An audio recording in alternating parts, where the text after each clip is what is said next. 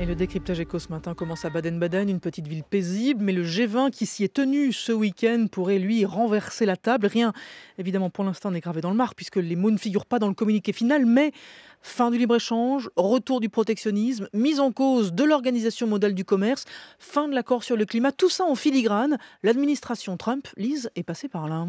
Oui, et l'administration Trump n'a pas peur. Les États-Unis ont soustrait du communiqué final la condamnation claire du protectionnisme et la défense du libre-échange, remplacée par une vague formule sur un commerce juste, rien non plus sur le climat. Même l'OMC a été remise en cause par l'administration américaine et les accords de Bâle III sur la régulation bancaire qui impose des fonds propres plus importants aux banques ne sont pas forcément acquis. Seule la stabilité d'échange a fait consensus. À ce sommet qui préparait celui des chefs d'État et de gouvernement en juillet prochain à Hambourg, les États-Unis ont marqué leur volonté de carrément réécrire les règles du commerce international de l'après-guerre. Et la visite de Merkel à Trump juste avant ce sommet préparatoire à Baden-Baden n'a donc servi à rien. Absolument rien, Ça s'est bien vu, au de vous à contraire. moi. Oui. Au-delà de l'épisode de la poignée de main refusée par Trump à la chancelière, sans avoir l'air d'y toucher, une nouvelle polémique sur l'OTAN s'est même développée. Trump accuse Berlin de devoir des sommes énormes à l'OTAN, accusation balayée d'un revers de main par la ministre de la Défense, Ursula von der Leyen. Voilà pour le climat.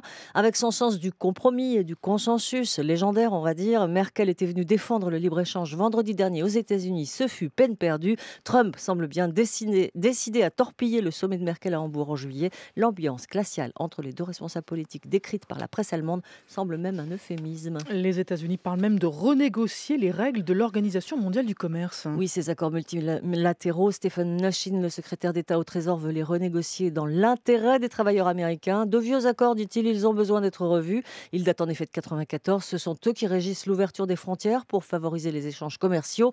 Un libre-échange que nous connaissons depuis l'après-guerre et qui bat son plein depuis 20 ans. Mnuchin parle lui maintenant de commerce juste, fair, sans vraiment préciser. Il n'a pas exclu non plus de renégocier certains autres accords commerciaux régionaux comme l'ALENA, conclu il y a une vingtaine d'années entre les États-Unis, le Canada et le Mexique, et de revoir aussi la participation de son pays dans l'accord sur le climat. Bref, pour l'instant, les États-Unis sont seuls contre les 163 autres membres de l'OMC, c'est-à-dire le reste du monde. Alors, est-ce que ça veut dire fin de la mondialisation ou pas?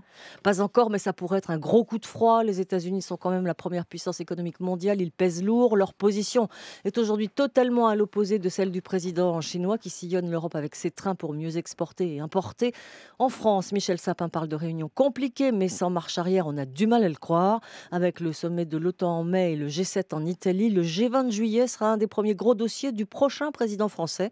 Dans une Europe elle aussi tentée par le repli sur soi, où ces échanges internationaux sont dénoncés dans plusieurs campagnes électorales, dont la campagne française, il va être difficile d'accorder ces violons.